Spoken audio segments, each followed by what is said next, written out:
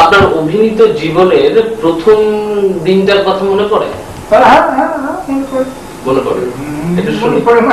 সেটা একটা অভাবনীয় ঘটনা। আমার বাবার নাম ছিল হাজারিন হাত, তিনিও তৎকালীন খুব নাম করা অভিনেত ছিলেন। মনে একটা শখের দল, মানে যাত্রা দল, খুব তৎকালীন খুব প্রচলিত, খুব নাম করা তাতে বহু পুরোনো অভিনেতা ছিলেন সমস্ত সব। যাই হোক, একটা লক্ষণ বর্জন বলে একটা পৌরাণিক বই, লক্ষণ বর্জন, তৎকালীন সেই খুব জনপ্রিয় অর্জন করেছিল বইটা। অভিনয় হবে, হঠাৎ লক্ষণ দুটি চরিত্র, ছোটই 10-12 বছরের দুটি চরিত্র, নতবা কুশ কে একজন হয়তো অসুস্থ হয়ে পড়ে, একটি ছেলে একটা অভিনয় বন্ধ হয়ে পড়ে। হঠাৎ আমার বাবা সেখান থেকে বলে গেছেন যে ঠিক আছে, আমি একটা ছেলে এনে দিচ্ছি। বাড়িতে গিয়ে আমি নিয়েছিলাম, এই অবস্থা আমাকে কাঁধে করে নিয়ে চলে গেলেন।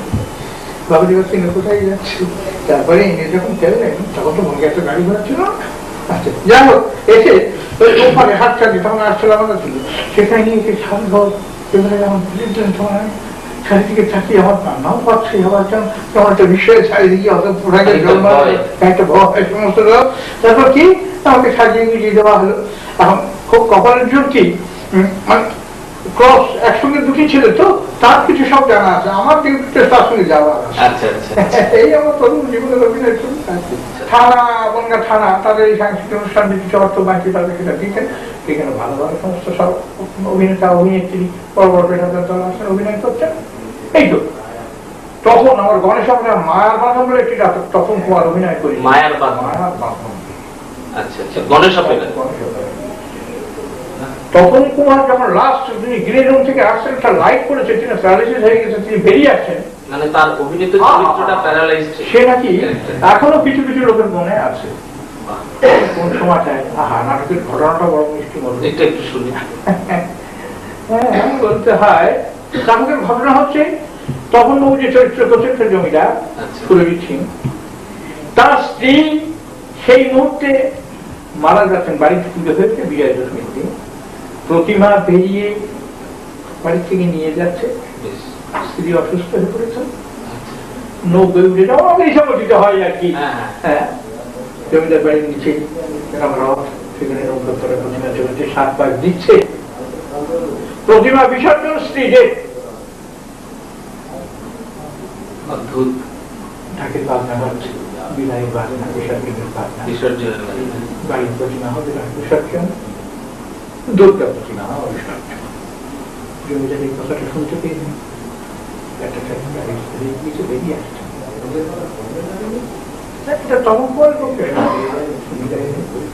যাই হোক এইরকম ভাব। পরবর্তীকালে এই চণ্ডীতলার মন্দির যে হ্যাঁ, যে শ্রী দুর্গাপুরের শেষ বছর কোথায়, শ্রী দুর্গাপুরের প্রথম চণ্ডীতলার মন্দির আমার নিজের পাবলিকেশনের বই, আমি বইটা নিজে ছাপি, সেখানে ওখানে সব পত্র ছাপা হতো এবং বইয়ের বডি ছাপা ওইখানেই হতো। যাই হোক, তো সেটা এই ঘটনার আরো অনেক পরে অম্বিকা নাট্য কোম্পানি যখন তৎকালীন খুব সুন্দর সুন্দর অভিনেতা ছিলেন, অমিয় লাহিড়ী, মধুসূদন, কালিয়ারমন, বহু ঠাকুরতা ইত্যাদি ইত্যাদি, তখন আমি এই চণ্ডীতলার মন্দির বই দেওয়া পরপর 10 বছর আমি এই অম্বিকা নাট্য কোম্পানিকে করি। এই চণ্ডীতলার মন্দির যখন অভিনয় হয়, এই বইটা আমার স্মরণীয় বই। তখন আসাম ত্রিপুরায় যথেষ্ট ধরনের যাত্রা নাটক চলত, তা ওদের মুখে শুনেছি, বা একসময় আমাকে যেতে হয়েছিল, নিয়ে গেছিল আমাকে একটা প্যান্ডেল, অর্থাৎ একটা আসরে পরপর 6 দিন শো হয়ে গিয়ে, 6 দিন হাউসফুল, 6 দিনের দিন একটা আশ্চর্য ঘটনা ঘটলো। ওরা যখন গ্রিন রুমে মেকআপ তুলছে, তখন যারা প্যান্ডেলের কর্মী বা এক পক্ষে যারা ভলান্টিয়ার গ্রুপ যারা যাত্রা নিয়ে গিয়েছে, তারা বলা বলি করছে, আমার কি ব্যাপার, ওদিকে ছোট বাবু বসে আছেন, এদিকে বড়বাবু বসে আছেন, দুজনের কেউ উঠছেন না, যাত্রা শেষ এসে কখন হঠাৎ আমিও বা এই মধুবাবু বিমান লাগিয়ে তার এই কথাটা ভাই শোনো কি ব্যাপার, আপনারা মেকারটা তুলছেন, কিন্তু ওই বসে আছেন বড় বাবু, ওইদিকে বসেন ছোট বাবু, এটা 2 ভাই, নিজের ভিতরে মামলা মকদ্দমা প্রচন্ড পরিমাণে চলছে, কিন্তু দুজনে বসে আছেন।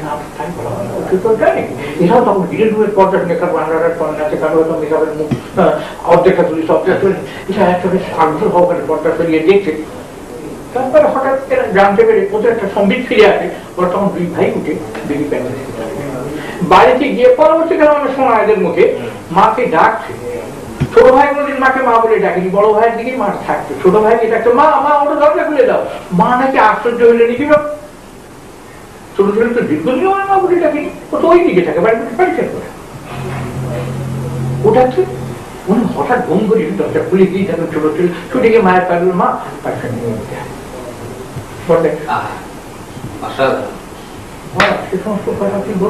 মানে নাটক যে মানুষকে লোক শিক্ষায়, যে আমরা যেটা জেনে এসেছি যে রামকৃষ্ণ বলতেন যে নাটকের লোক শিক্ষে হয়, হ্যাঁ, তার মানে আপনার এই যে চরিত্র এবং মানে নাটকের যে চরিত্র তার সংলাপ এমন ভাবে ছুঁয়ে গেছে দর্শককে যে আজকে দুই ভাইয়ের মধ্যে একটা বড় করে একটা ডায়লগ আছে না, একটা ডায়লগ আছে যে ঘটনাকে এই যে বড় ভাই এখন কর্মশক্তিহীন রিটায়ার করে দেন, মেজ ভাই সেই পোস্টে চাকরি করছেন, তার হাতে সংসার, বড় অতি কষ্ট করে দাউদ্দিন নিয়ে সংসারটা গড়ে তুলেছেন, খুব কষ্ট করে আজ সুখের সংসার।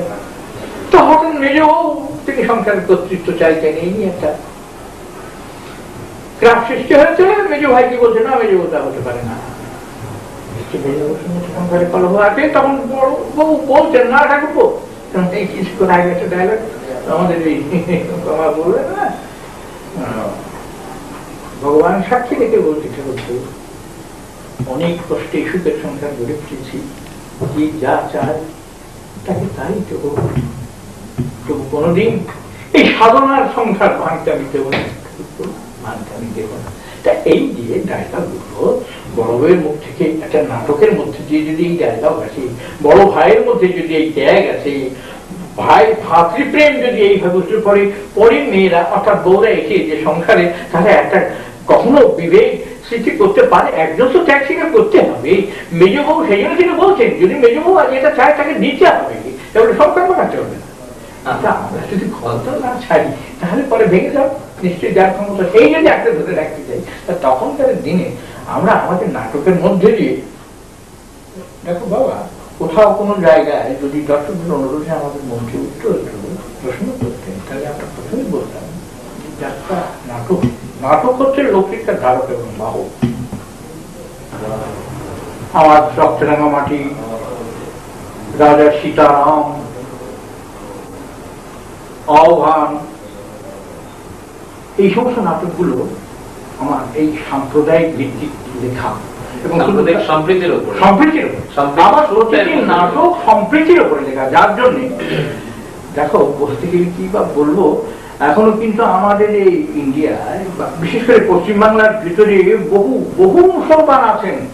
বর্ধমানের কিছু অঞ্চল, বাঁকুড়া, গোটা বাঁকুড়া, মেদিনীপুরের বিরাট বিরাট অঞ্চল, সব জায়গায় আমার এত নাটক, আমার নাটক এত এত জনপ্রিয় অর্জন করে। তারা জানে যে উনি নাটক লেখেন দুটি ধর্মের সমন্বয় করে, যাতে করে যেখানে বিদ্বেষ থাকে না এবং উভয় সম্প্রদায় তারা একটা কিছু পায়, মিলনের মালা। নাটক আর যাত্রার ভিতরে দ্বন্দ্বটা ছিল, একসময় ছিল, বর্তমানে সেটা নেই। তবু যখন প্রশ্ন করেছো দ্বন্দ্বটা আমার সেই দিনের কথাটাই বলতে হবে। দ্বন্দ্বটা ছিল কি, এখন যখন যন্ত্র ব্যবহার হয়,